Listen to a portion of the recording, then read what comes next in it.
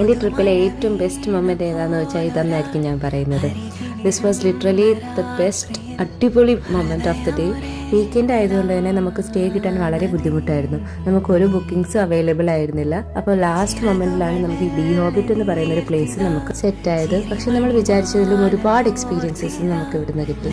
ഒരുപാട് നല്ല experiences. Away from all the stressful crowded busy life 2 ദിവസം സമാധാനമായിട്ട് ഇൻ്റർനെറ്റും കോൾസും സോഷ്യൽ മീഡിയയും ഒന്നുമില്ലാതെ just us and the nature. അടിപൊളി ഒരു എക്സ്പീരിയൻസ് ആയിരുന്നു. എനിക്ക് ടോട്ടലി ഒരു ഡിഫറെൻറ്റ് എക്സ്പീരിയൻസ് ആയിരുന്നു. ട്രെക്കിംഗ് ഉണ്ടായിരുന്നു, നമ്മൾ ഒത്തിരി നടന്നിട്ടാണ് നമ്മൾ നമ്മുടെ സ്റ്റേയിലേക്ക് എത്തിയത്. 10 സ്റ്റേ ആയിരുന്നു. That was also completely different experience for me.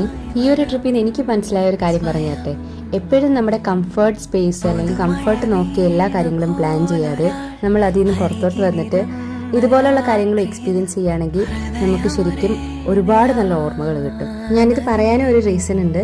കാരണം ഞാൻ സ്റ്റേയിലേക്ക് ഒത്തിരി നടക്കേണ്ടി വന്നു എന്ന് പറഞ്ഞില്ലേ, അപ്പോൾ ആ ടൈമിൽ ഞാൻ പറഞ്ഞിട്ടുണ്ടായിരുന്നു നമുക്ക് നല്ലൊരു റൂം എടുത്ത് നിന്നാൽ മതിയായിരുന്നു.